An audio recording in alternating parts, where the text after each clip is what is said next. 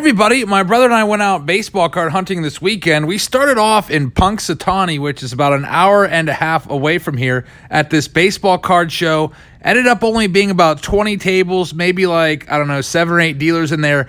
We didn't find anything at all, so we packed it up and headed to this little antique store that actually had some baseball cards. Let's check this place out real quick.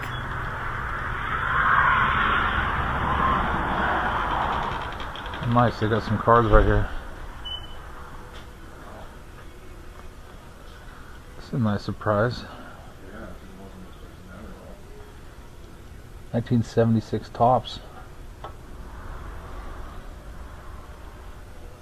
Pretty good. $1 for Denny Nagel. That's $5 a sheet.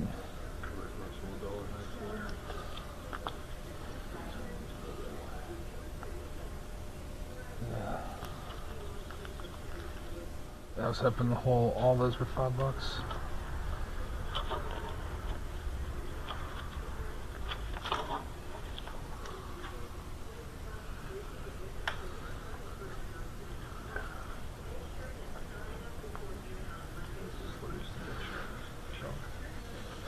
Moise Salou, 93 tops. How much is that, $1? $2.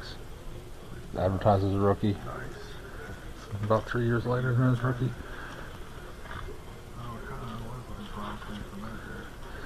Yeah, so 70 cards from the 70s, and got John Smiley 92 tops for $1. Like, you can't imagine they would sell many things with selling it for those prices.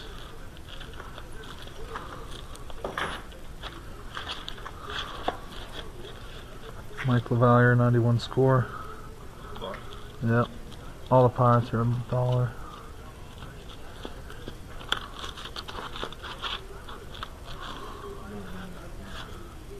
91 Flea basketball packs for $3. I don't see any. So it was a nice surprise to see some baseball cards in there because we're just driving by and it looked like a little antique store. We're like, what the heck? Let's just pop in there real quick.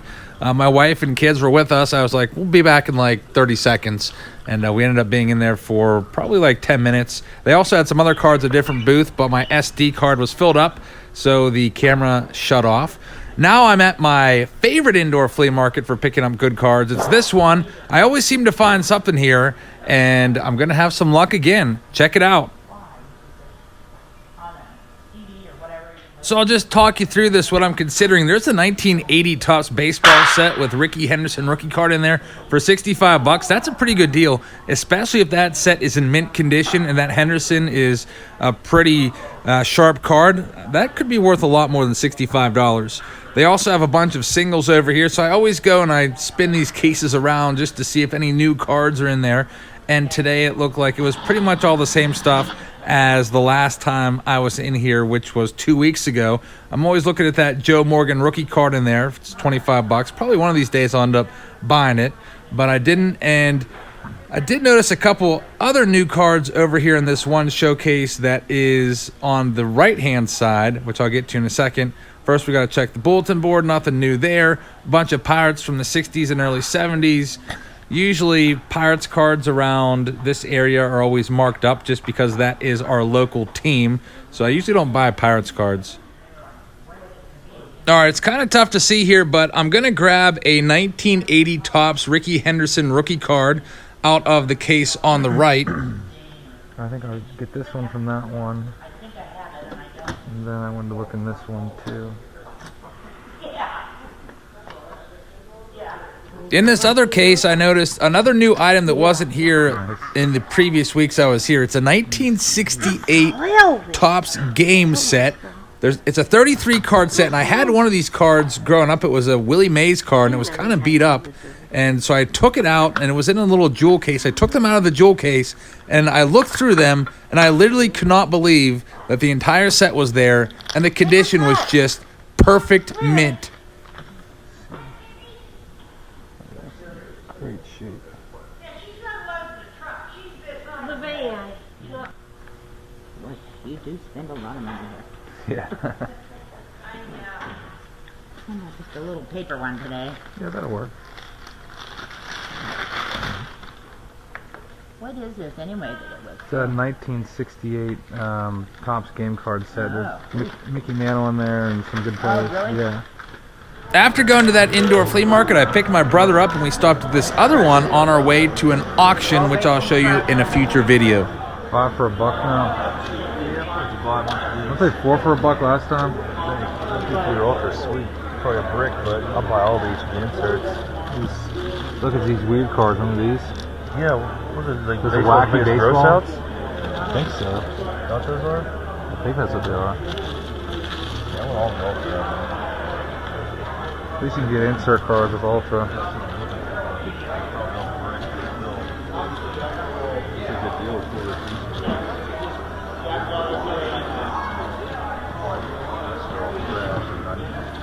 You got 92 Donruss to find Elite. Yeah, definitely.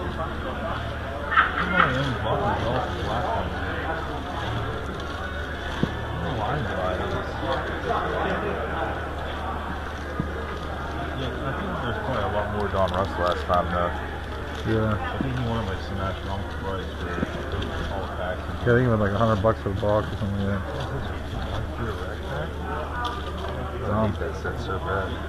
It's not bad for 20 cents though. Yeah, it isn't bad. They're all buck. There's some buckets in there. If that's a really old Beckett, it might be worth it. But There's a couple that are football, 91. More crew. There's a lot of football stuff in here too. You might find something very well.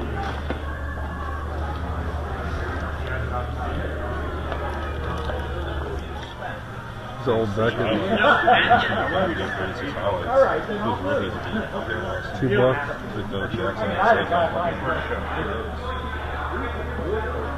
Those are like 3D ones. Huh, a whole box? Pretty sick. I haven't seen those in a long time. They're one cover pack. 86. $5. That might be something to open up. I know just that. I gotta answer 3 questions to get out. First pack's kind of rough. Sticking on the Yeah, corner. no, still though. How much is that? I don't know. That's some price on there. That's pretty sick.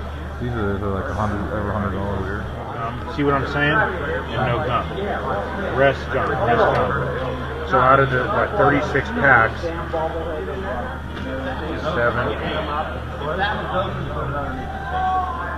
No, there are 8 packs that don't have gum in. The other art look like they're all sealed. All. That means I believe so. They got some pretty good deals in there. How much you give you all those packs for? $4. It's not bad at all. All right, that's it for that flea market. My brother ended up buying that 84 Topps box because it looked like most of the packs were in pretty good shape and not searched, and it looked like the top 8 packs were tampered with, so we'll have to keep an eye on his channel when he opens that box up. It should be a pretty interesting break. Now I'm going to head home and open up my 1968 Topps game playing card set. All right, this is what I picked up at that flea market. I mentioned that I picked up a Ricky Henderson rookie card, and here it is. Always like getting Ricky Henderson rookie cards, especially for $10. I mean, that's something that's almost unheard of, especially back in the day. Growing up, I never owned this card, so it's always a card that I always consider buying whenever I see it out and about. You can see it is not creased or anything at all. It's actually in pretty good shape. The corners, not too bad. Little tiny soft corners, but the main thing that I would say, if there's one thing to take away from this card, just a tiny bit off center from top to bottom and maybe a little bit from left to right, but still really nice color, awesome card, Ricky Henderson rookie card. But that's not the best thing that I picked up. The best thing that I picked up was this. And I don't know why they put Matty Lou on top, because Matty Lou is not really much of a selling point for this set. Obviously, having like a Mickey Mantle or Hank Aaron or Willie Mays on top probably would have drawn more attention to this set in the showcase. But I guess the reason why Matty Lou is on top is because he is card number 1 of 33.